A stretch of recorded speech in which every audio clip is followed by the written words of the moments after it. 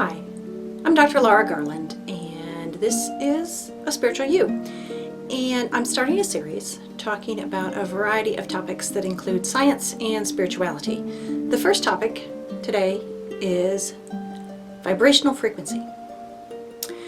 Here's the deal, okay? I'm much better at writing than I am at just speaking and remembering everything I want to say. So, oh dear, I'm going to do reading of this a lot because I want to make sure that I say everything that I want to say. Oh my God, I'm going to be so inauthentic. Get off your snowflake ass. That's not the case, okay? So, let's do this. All right, so we all think we have an idea of what frequency means. It's a word that's bandied about, like everyone is clued in to what it actually means. But do you really know what frequency is? Frequency is the number of cycles of something like waves per second that pass a particular point.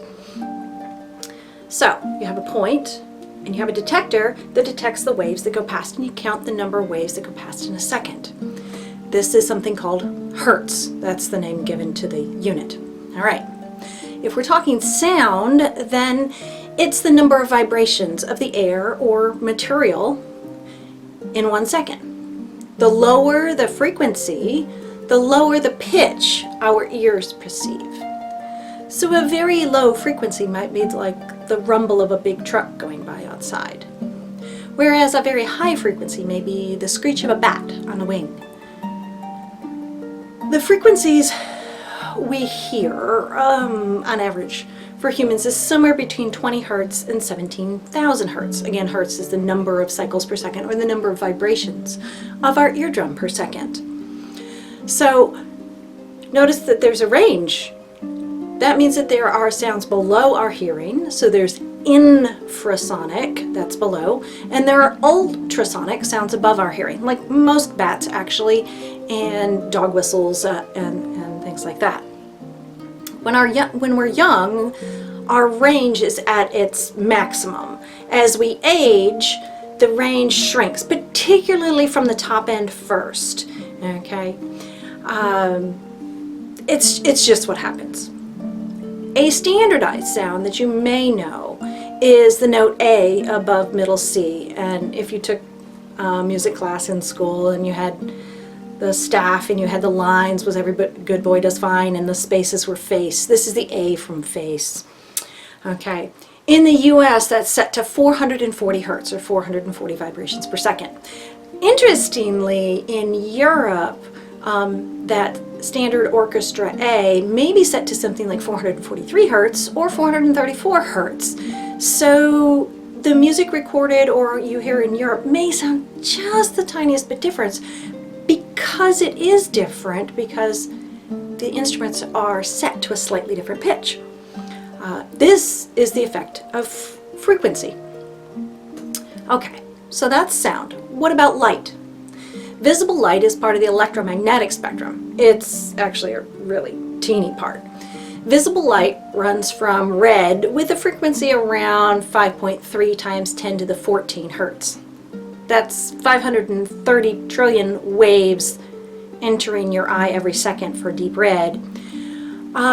All the way up to purple at 7.7 times 10 to the 14 hertz, and that's over 770 trillion waves that go into your light every second.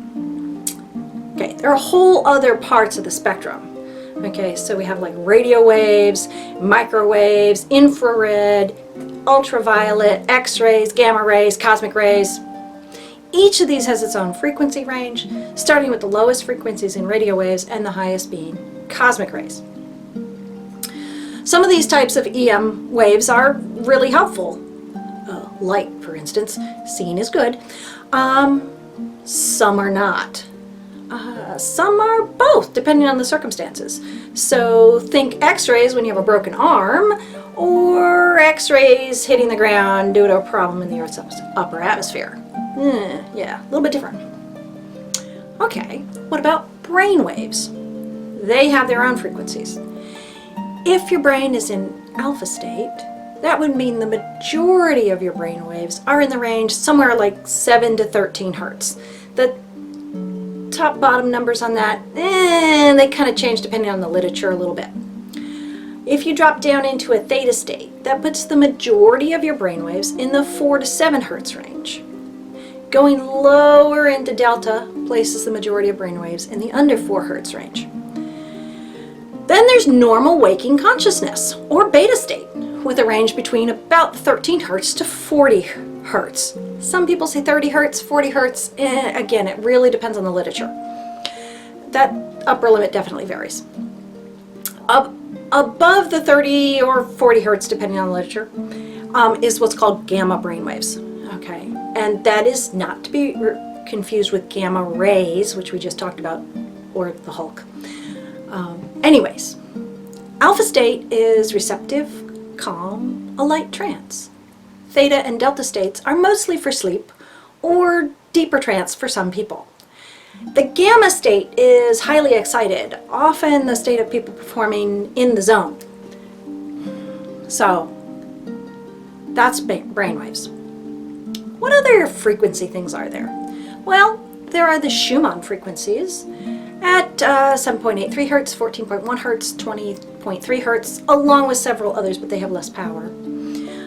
These are resonant frequencies generated by lightning discharge in the atmosphere between the Earth's surface and the ionosphere. These frequencies exist essentially all the time in the atmosphere because there's lightning discharge somewhere on the planet essentially all the time. It's nearly constant. It has been suggested that these frequencies are essential for human survival. There are even Schumann generators that you can purchase. Don't waste your money. Unless you're planning an extended stay on another planet, even then there's no evidence to support the need for Schumann generators. Anyways, you're bathed in Schumann frequencies all day long, so there's no need for something to artificially generate these frequencies for you. Now we'll get to the crux of it. What about spiritual frequencies? What about raising your vibration to a more spiritual level?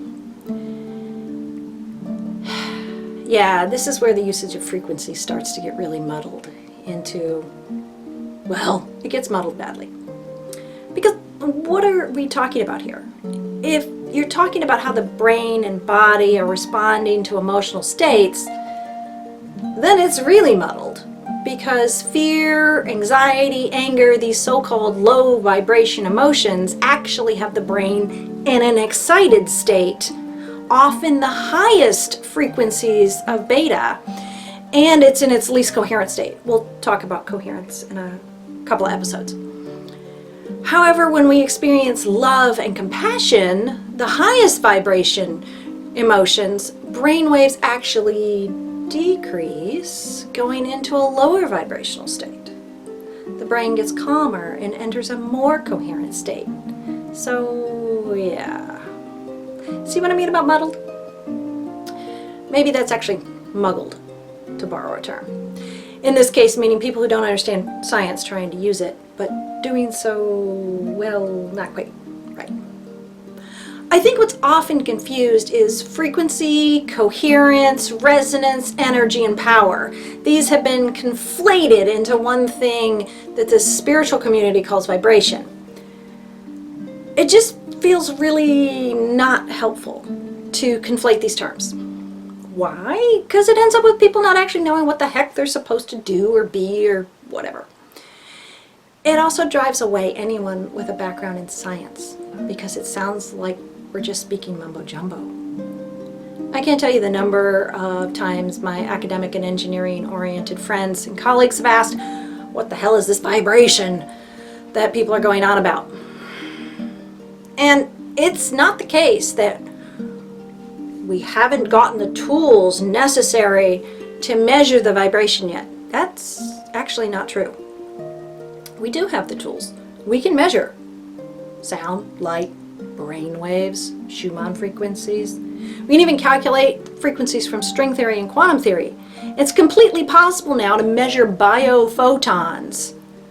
Those are what come from our EM or electromagnetic signature of a person. Not that it's really a signature because our EM field is changing every microsecond or faster as each thought and biochemical response speeds through our brain and body. So the excuse of you just don't understand because we just can't measure spiritual vibration is actually a load of crap.